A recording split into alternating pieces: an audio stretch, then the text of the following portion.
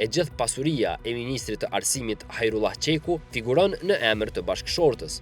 Tokë e trashëguar nga familja, një vlerë 100.000 euro dhe një banesë, po ashtu 100.000 euro e blerë me kredi në vitin 2015. Në vitin 2023, ajo ka marrë edhe një kredi prej 28.300 euro për blerjen e një veture me vlerë 27.000 euro. Të ardhurat vjetore të Qekut nga paga si minister janë 19.680 euro, ndërsa bashkëshortja ka deklaruar 11.724 euro të ardhura. Megjithatë, në deklarim nuk figuron se ka ndonjë shumë të kursyer.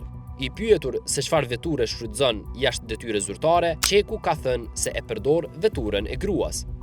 Hekuran Murati, ministër i financave, ka deklaruar tokë mbi 17 ari në vlerë 23.000 euro, që thot ta ketë blerë me kursime në vitin 2017. Banesë 41 metër katror të blerë në vitin 2018, në vlerë prej 38.000 euro, sipas tij me hua nga familja, borxh të cilin e ka shlyer pastaj.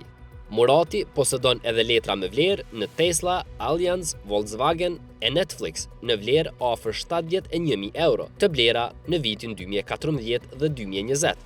Ai ka deklaruar se ka 6.700 euro para të gatshme. Murati ka deklaruar mbi 20.606 euro të hyra nga paga dhe 320 euro dividenda.